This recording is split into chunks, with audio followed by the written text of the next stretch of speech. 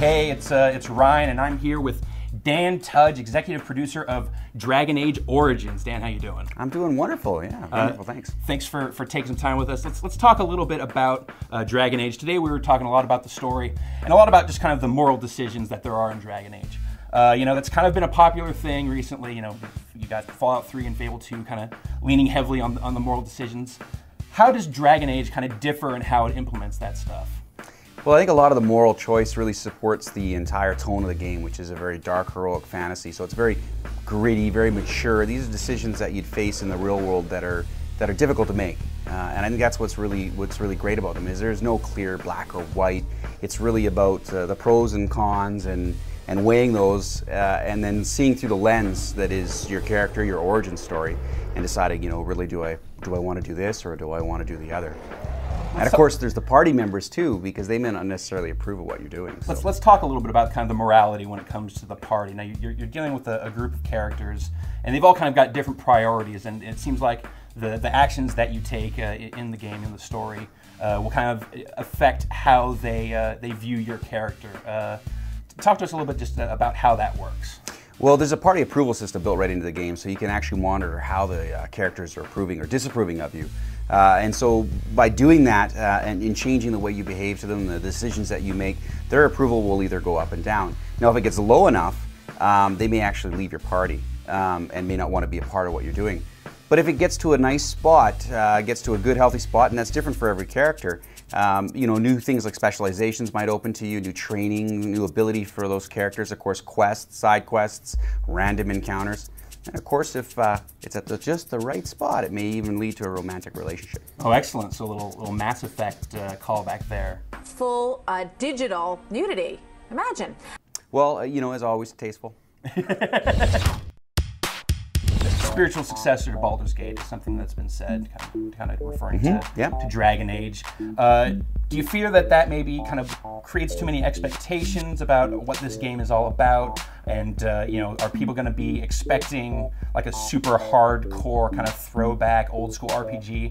And you know, is it going to deliver that? I guess is more the point. Well, I think we've got a lot of fan feedback that said, you know, oh, you talked the talk about the spiritual successor to Baldur's Gate. I didn't really believe you until I saw it, and yeah, it's totally the next gen Baldur's Gate. And truthfully, I think that's the key to it. It is the next gen Baldur's Gate. It's not a stagnant sequel in a lot of respects. It's an evolution of where we'd go with Baldur's Gate, and still you can really feel its connection. You can really feel its link to Baldur's Gate past. So it is in a new direction. It's in a much more mature, gritty, darker setting. But it does actually include a lot of those great party-based tactical combat, great followers, great party members, great story. I think it's the best story we've ever written, and of course, great combat progression, customization is awesome as well too.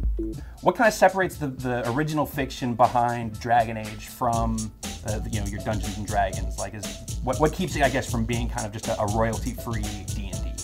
Well, I think the dark heroic direction for sure, the maturity of the setting, the grittiness of the setting. It's definitely a lot more low fantasy. It's a lot less high fantasy. You definitely have deeper, darker, more mature themes, and I think that really separates it from the Forgotten Realms and the D&D settings. Of course, the rules that come with a license, we're free to create our own rule set. We're really able to create a rule set that supports you know, electronic entertainment. It supports a video game. We're not taking a pen and paper rule set and having that, converting that to the computer, to the PC, to the console, and expecting that to work. We're actually, from the ground up, making it a PC and console title. Roll the dice to see if I'm getting drunk! Are there going to be any kind of like specific little shout-outs? I had some people asking if Boo the hamster might show up, or questions about you know, if there's an equivalent to Tensor's floating disk, and anything that specific. I'm not going to ask you to actually give it away, but if there is anything like that. I think you might find some little nifty Easter eggs in there. Obviously, Baldur's Gate isn't in the Forgotten Realms isn't our license, so obviously there's licensing issues between actually having Minsk appear.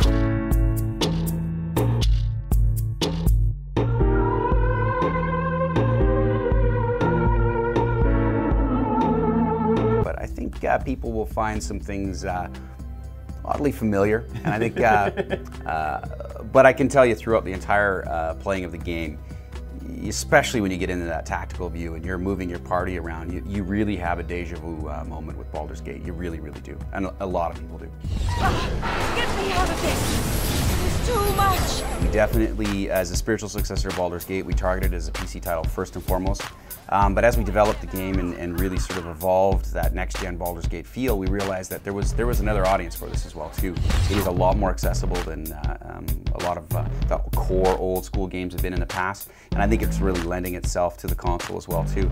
But that's not to say it's just a direct drop over from the PC to the console. It'll be support of the console and each console in a very unique way, and really be right for that console. But I think we should be able to bring a great story-driven fantasy experience to every platform.